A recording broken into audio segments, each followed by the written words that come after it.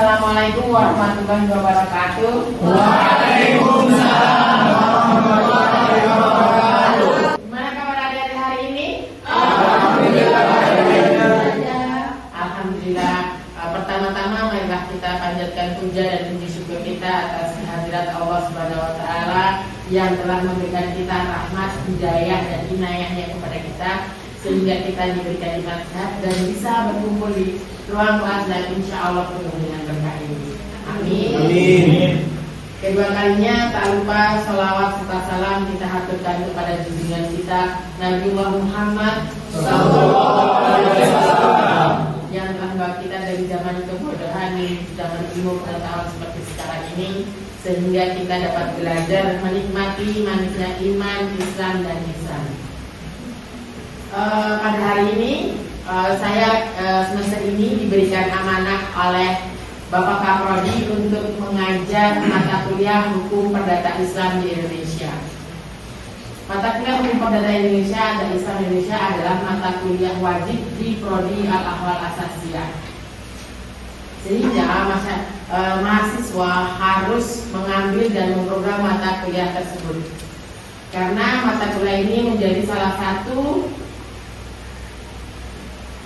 syarat untuk kelulusan kalian juga. Mata kuliah ini lebih menitik beratkan pada penguasaan konseptual teoritik, kemudian keberlakuan hukum perdata Islam di Indonesia dalam perspektif yuridis, filosofis, sosiokultural, psikologis dan politis.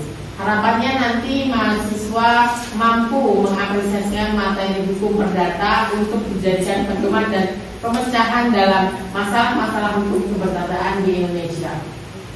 Apalagi kalian nanti kan aktif di penyuluh agama, di Kemenak, kemudian di KUA, itu akan terjun langsung dengan bertatap muka langsung dengan masyarakat, sehingga kalian ketika mereka kebingungan, kalian bisa memberikan arahan dan tentang ini loh seperti ini, tentang hukum keluarga seperti ini. Sebelum kita melangkah jauh, ada yang sudah tahu apa sih yang akan dipelajari dalam hukum perdata Islam di Indonesia itu apa aja? Ada yang tahu?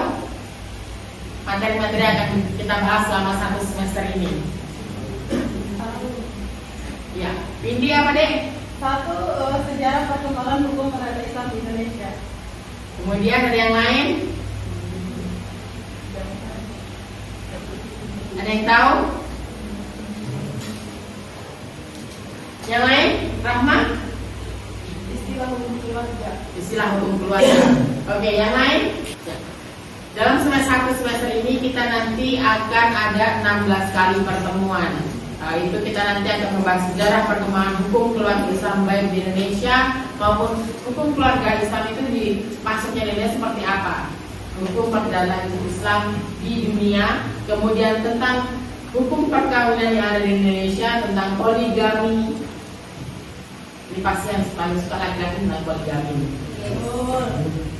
Semangat untuk poligami pasti. Kemudian tentang waris, hibah, wasiat, kemudian hadonah, nasab, itu akan menjadi salah satu dari menjadi bagian-bagian yang akan kita pelajari selama 1 semester ini. Oke, ada yang tahu makna atau istilah-istilah dari selain kata hukum keluarga? Ada Ibu. Oke, silakan. Istilah hukum keluarga dalam bahasa Arab yaitu nizam al-usra, hukum al-usra, ahkam al-usra dan munakahat. Ya, luar biasa. Yang lain, yang perempuan nih, kamu ada yang tahu? Atau mungkin arti dari bahasa Arabnya tadi, bahasa Indonesianya kan dari bahasa Arabnya, bahasa Indonesianya ya Rahma. Dalam bahasa Indonesia, hukum perkawinan, hukum keluarga, hukum kekeluargaan, dan hukum perorangan. Hukum perorangan. Sedangkan dalam bahasa Inggris ada yang tahu? Ya. Islamic personal law, Islamic criminal law, Islamic family protection, Islamic marriage law, Islamic law of family right, Islamic law of personal status. Kemudian mengenai pengertian hukum keluarga, apa yang dimaksud dengan hukum keluarga?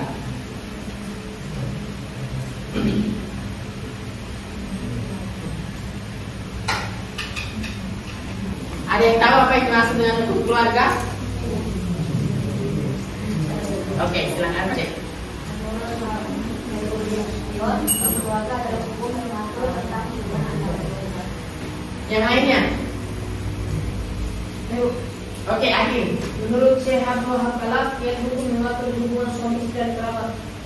Hubungan yang mengatur Hubungan suami istri dan kerabat. suami istri dan kerabat, secara sosiologis. Ya. Yang lainnya? Saya.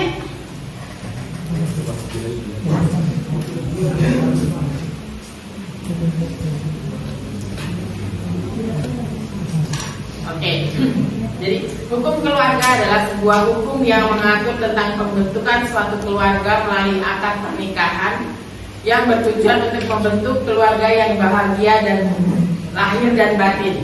Untuk selain itu bertujuan untuk pemenuhan hak dan kewajiban antara suami dan istri, pemenuhan hak kewajiban antara suami istri dan anak ataupun anak dan suami istri. Kemudian selain itu dalam hukum keluarga juga membahas tentang putusnya perkawinan, nasab dan anak.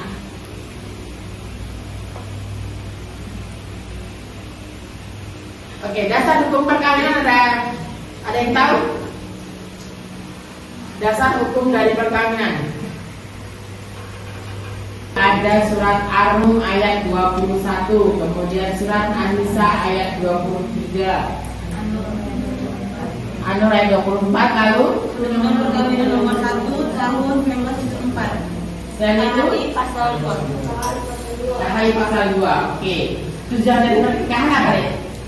Tujuan dari pernikahan yang pertama ada memenuhi kebutuhan biologis, yang kedua ada memperoleh keturunan yang sah, yang ketiga ada menciptakan keluarga yang bahagia dengan dasar kasih sayang, yang keempat ada mengikuti sunnah Nabi, dan yang terakhir ada menyempurnakan agama, menjaga kehormatan jiwa dan menjaga pandangan dan hati.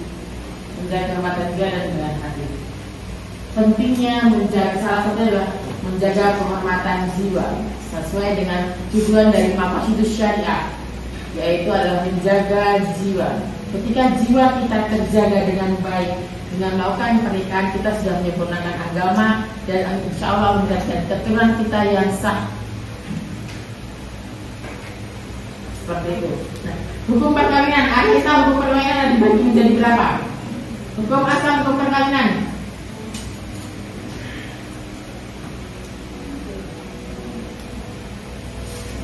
Hukum perkawinan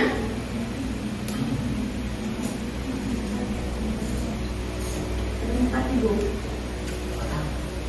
apa aja? Yang pertama adalah hukum makruh, hukumnya sunnah, hukumnya nikah wajib dan haram. Oke. Kenapa hukum sebuah pernikahan bisa menjadi hukum yang haram? Kenapa pernikahan jadi haram hukumnya? Ada yang tahu alasannya? Kenapa sebuah pernikahan jadi haram hukumnya? Ya. Karena bila seorang pria atau wanita tidak bermaksud untuk menikah dengan kesungguhannya dan hanya ingin berbuat jahat pada pasangannya, maka status perkawinannya itu haram. Hukum pernikahan itu akan menjadi haram jika kita dalam pernikahan tersebut tidak secara sungguh-sungguh, tetapi ada niat buruk di belakangnya. Apa niat buruk itu? Satu, untuk menyakiti pasangannya. Kemudian untuk hanya bertujuan menutupi kedok belakang.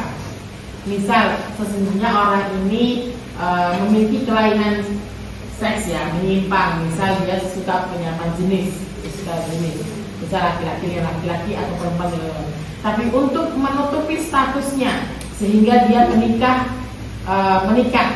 entah itu dengan laki-laki atau dengan perempuan.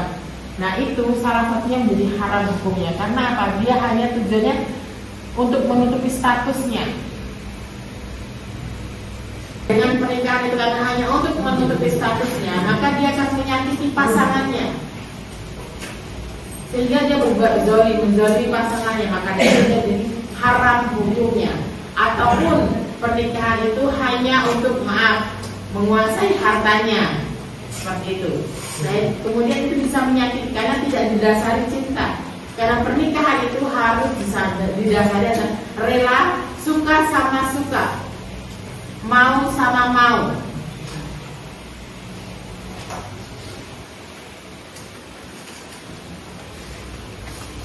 Mau sama mau, suka sama suka, tidak ada paksaan. Ada tidak nikah dengan paksaan? Ada. Kenapa bisa ada? Paksa orang tua. Faktor perjodohan. Boleh tidak wali menjodohkan anaknya? Boleh. Kenapa wali boleh menjodohkan anaknya? Anak perempuan yang berada di bawah perwaliannya.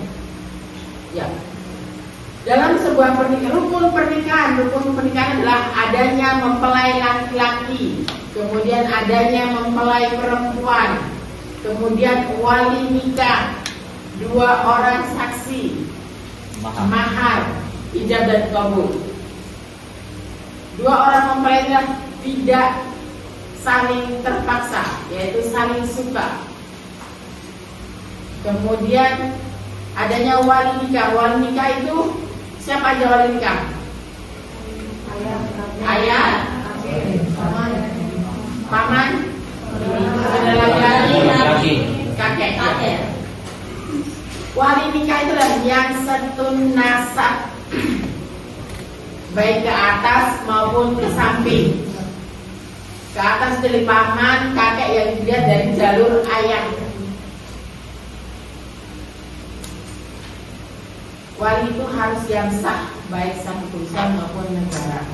Mereka yang ada di dalam catatan hukum pernikahan atau dalam perlindungan hukum, bukan perlindungan seksual, ada payung hukum.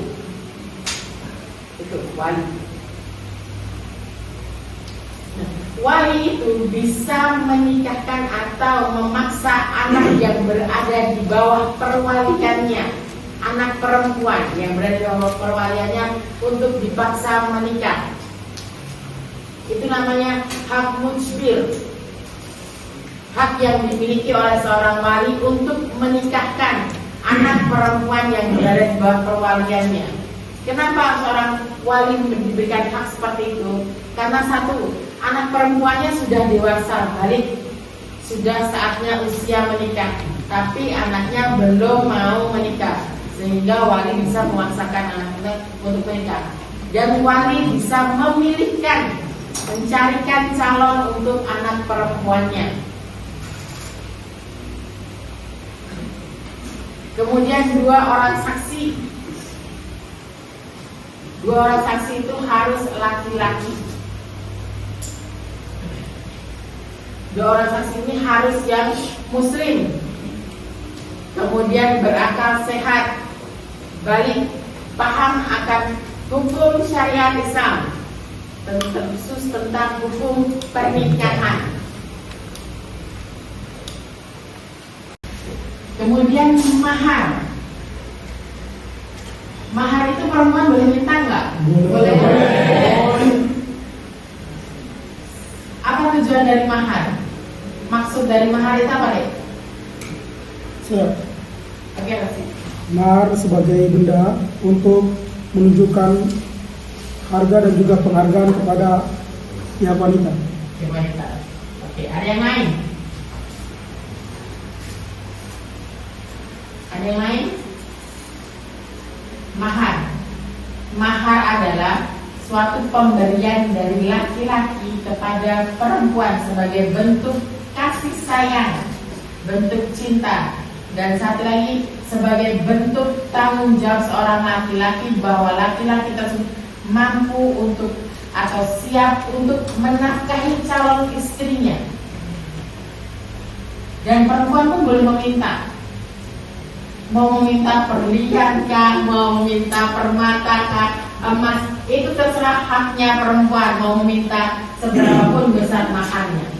Tapi sebaik-baiknya mahar adalah yang tidak memberatkan laki-laki. Tapi kalau laki-lakinya mampu, kalian nanti sudah mampu mau kasih pasangan kalian di berlian kah, emas 100 kilo kah, gak masalah. Jangan hanya yang gombal-gombal cinta. Ijab dan kabul itu harus dilakukan dalam satu makan atau satu tempat. dan dilakukan secara berturut-turut, tidak boleh ada jeda. Syarat-syarat menikah, ada yang tahu?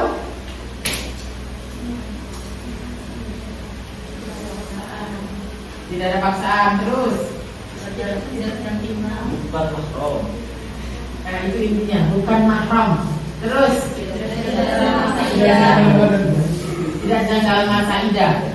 Kenapa tidak sedang dalam masa idah orang tidak melakukan pernikahan? Karena khawatirnya masih ada contoh ada kandungan dari anak yang pertama. Oh, masih ada kandungan ini. Ya, maksudnya ada sisa-sisa. Oh, sisa-sisaan. Oke. Kemudian ada yang lain?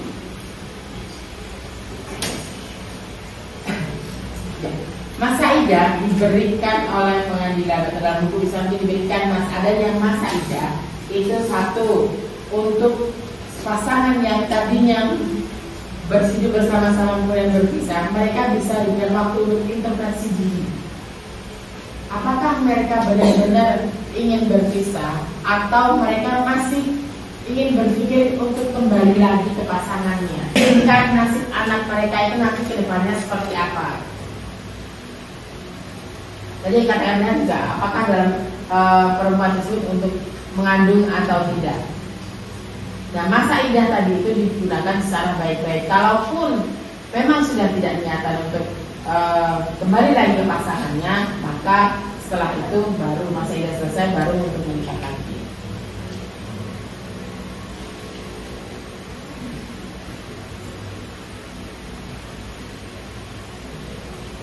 Untuk mahar, bagaimana mengenai mahar adat adik? Ada tidak menurut kalian mengenai mahar adat?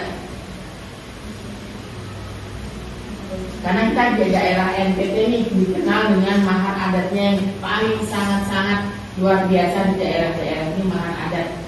Hampir setiap suku punya mahar adatnya dan mereka selalu berpegang teguh. Mahar adat boleh apa tidak?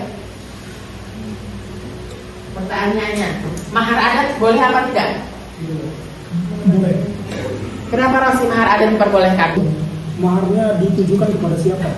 Jika misalnya maharnya ditujukan untuk keluarga, bukan personality si wanita, maka itu tidak boleh karena menyeleweng dari tujuan mahar sebenarnya.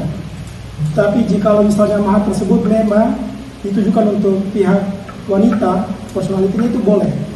Tapi ditinjau lagi dari kebiasaan masyarakat, mahar adat itu digunakan bukan untuk wanita saja, tapi untuk keluarga wanita, air susu dan sebagainya. Tapi opsional untuk siapa mahar tersebut? Untuk siapa mahar tersebut ya? Nah, kalau untuk ketentuan jumlah maharnya, karena kan ada tradisi di masyarakat itu terkadang jumlahnya sudah ditentukan. Nah, itu boleh atau tidak?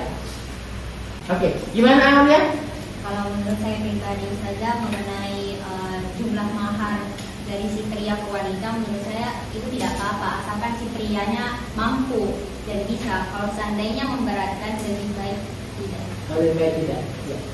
Mahar adat dalam hukum Islam itu dia diperbolehkan jika yang meminta ketentuan jumlahnya adalah pihak perempuannya atau calon mempelai perempuan. Mahar adat diperbolehkan dalam tinjauan masalah-masalah, dilihat sadariahnya, kemudian lihat ini dulu lihatnya. Ketika perempuan yang meminta, mahar adat itu diperbolehkan asalkan laki-laki sanggup, dan mahar itu tidak harus dibayar secara tunai. Kalau perempuannya mengizinkan laki-lakinya dicicil, itu boleh. Saya terima nikahnya fulan dan fulana, minta fulana dengan mahar sekian. Seperti itu. Itu boleh dicicil karena ada batasan ketidakmampuan. Tapi kalau perempuannya ridho hanya misal hanya uang atau barang sekian, tidak apa-apa. Dan mahar itu deh harus bentuk barang. Dalam surat An-Nahl mengatakan bahwa mahar itu harus yang berkembang, bernilai. Oke, sampai sini ada yang mau ditanyakan, silakan. Oke, dari siapa dulu? Baik, terima kasih atas kesempatan diberikan. Di sini saya akan bertanya tentang mahar tadi, Bu. Mahar tadi, Bu. Bila kalau seorang wanita yang menjatuhkan talak baik atau khulu itu, gimana kan seorang wanita yang menyatakan talak pengadilan itu, apakah mahar yang diberikan oleh laki-laki, misalnya dalam bentuk uang sebesar 100 juta itu, apakah mahar itu harus dikembalikan karena si wanita sudah melakukan talak tadi? Kalau misalnya sudah sudah disetujui Ibu, apakah dikembalikan hanya sebagian begitu, Bu? Mohon penjelasan itu. Assalamualaikum warahmatullahi wabarakatuh.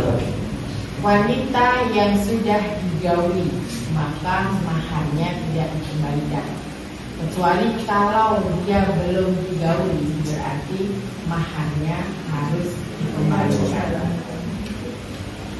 Kalau sudah digauli itu berarti harus dikembalikan. Apa? Tidak bisa dikembalikan. Tapi kalau belum digauli berarti harus dikembalikan.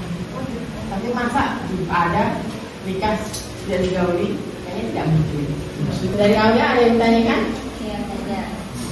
Dari Assalamualaikum warahmatullahi wabarakatuh. Sebelumnya terima kasih banyak atas kesempatan yang telah diberikan kepada saya. Saya akan pertanyaan saya adalah bukan mengenai mahar saja. Tadi ada saya jelaskan mengenai rukun pernikahan. Salah satunya adalah saksi. Nah, tadi saya menjelaskan bahwa syarat menjadi saksi itu harus laki-laki. Pertanyaan saya, kenapa tidak perempuan itu tidak dibolehkan menjadi saksi? Sekian, terima kasih. Assalamualaikum warahmatullahi wabarakatuh. Oke. Dalam Islam itu perempuan bukan tidak boleh menjadi saksi, tapi kalau di dalam pernikahan saksi harus laki-laki. Kenapa perempuan tidak menjadi? Bukan tidak boleh. Untuk hal-hal tertentu perempuan boleh menjadi saksi. Kalau laki-laki itu suaranya satu, perempuan harus dua. Kenapa perempuan harus dua? Karena terkadang perempuan itu dalam melakukan sesuatu hal melibatkan emosi, melibatkan perasaan, sehingga mereka bukan tidak boleh jadi saksi. Untuk hal-hal tertentu mereka boleh, tapi mereka harus dua orang untuk membuktikan bahwa hal ini, kesaksian ini benar adanya, bukan karena dipengaruhi oleh emosinya seperti itu atau perasaannya. Seperti itu aja.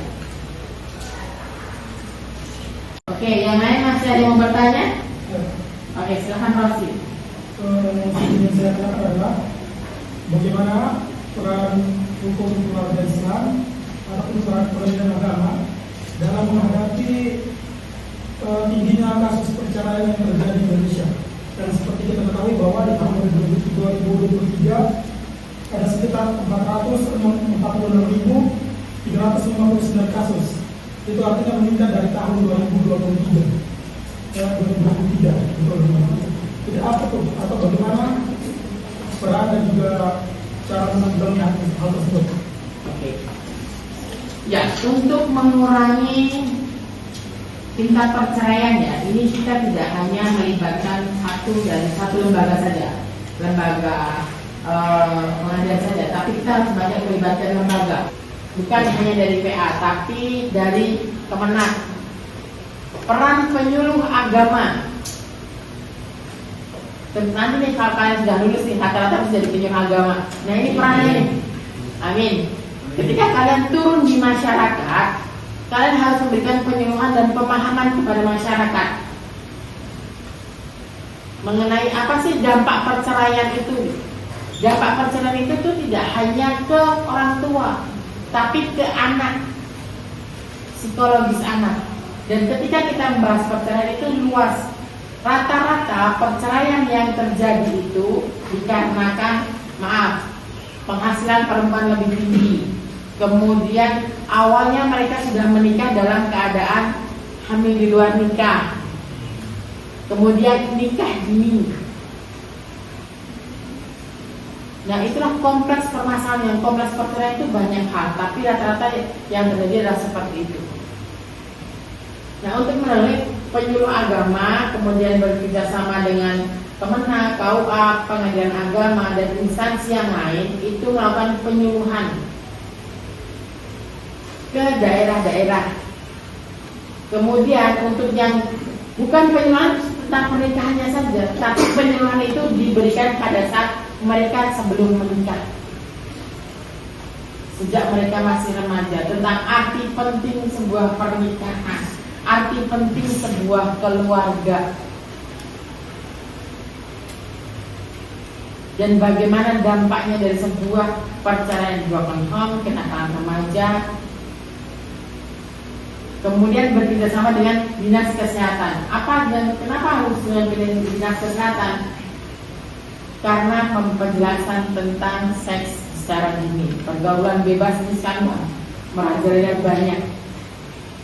Jadi kalian nanti, kita ini peran dari lulusan Al-Akhlaq Al-Asiyah ini punya andil yang sangat besar untuk kedepannya masyarakat Indonesia, terutama dalam keluarga, hukum keluarga. Kalian para penyuluh harus memahami tentang hukum keluarga dengan pasti, permasalahan-permasalahan yang ada. Kalian sudah harus siap itu. Oke, sampai sini ada yang masih tanyakan?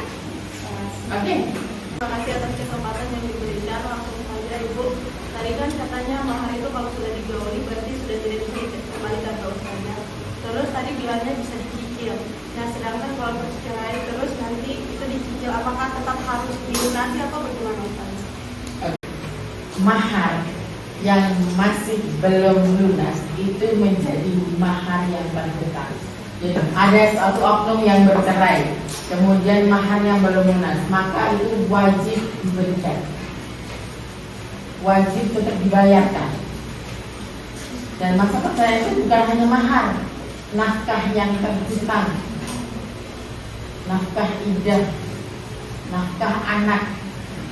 Pada saat bercerai nanti itu wajib semuanya dibayarkan. Ada yang lain? Silakan buat tugas, buat kelompok minggu depan dikumpul. Satu kelompok itu ada 4 orang, makalahnya 10 halaman saja. Yang pertama materinya adalah nikah kontrak atau nikah mut'ah. Kemudian nikah siri. Kemudian nikah terlarang. Kemudian nikah hamil di luar nikah. Kemudian wali nikah, pencatatan nikah, poligami, nikah beda agama,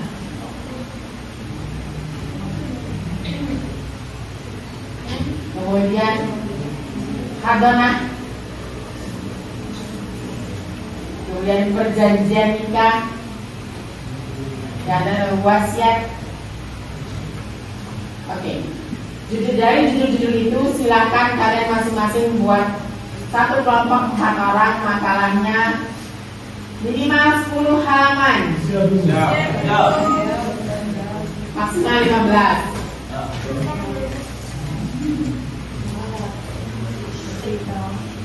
Minggu depan dikumpul ya. Oke, masih ada yang ditanyakan lagi? Jika sudah tidak ada yang ditanyakan lagi, kita tutup pertemuan pada siang hari ini. Kurang lebihnya saya mohon maaf. Billahi taufiq wal hidayah. Wassalamualaikum warahmatullahi wabarakatuh. Waalaikumsalam.